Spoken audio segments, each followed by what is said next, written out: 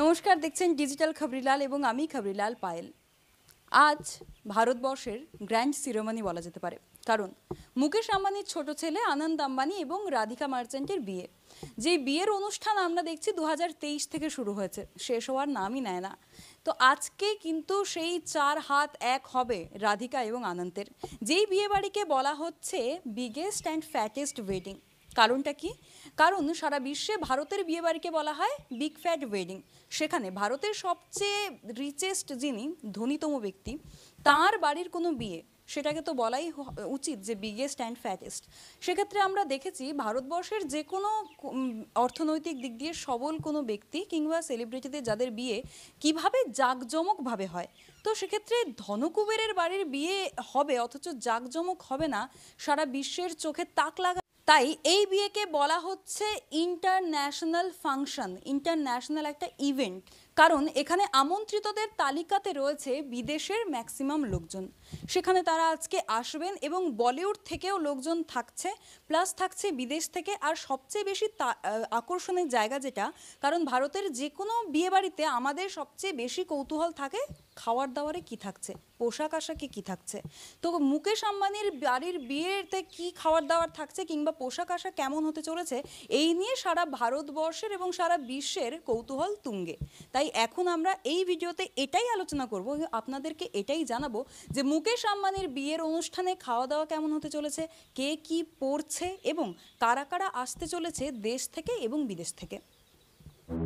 Reliance ইন্ডাস্ট্রিজের chairman Mukesh আম্বানির guest লিস্টে বলিউড ব্যবসার জগৎ, ক্রীড়া জগৎ এবং রাজনৈতিক সেক্টরের দেশ বিদেশের বহু সেলিব্রিটি রয়েছেন।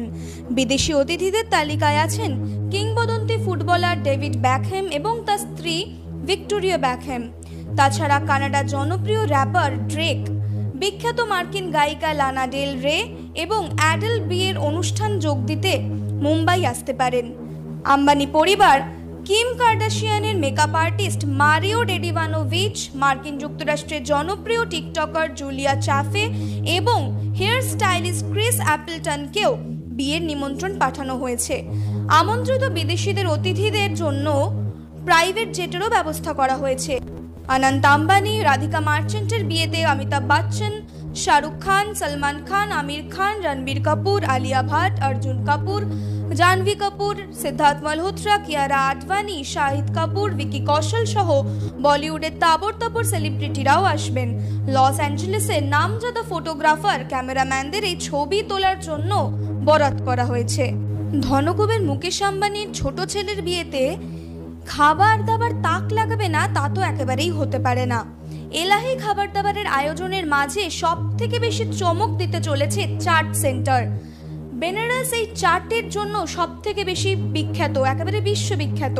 তো সেই চাটের মধ্যে থেকেই বেনারস থেকে আসতে চলেছে বিশ্ববিখ্যাত চাট সেন্টার কাশী চাট ভান্ডার থেকে উঠে আসা বিভিন্ন রকমের এলাহি চাটের আয়োজন রয়েছে এবং তার মধ্যে থেকেই কি কি রয়েছে তারই আমরা জেনে নিতে চলেছি।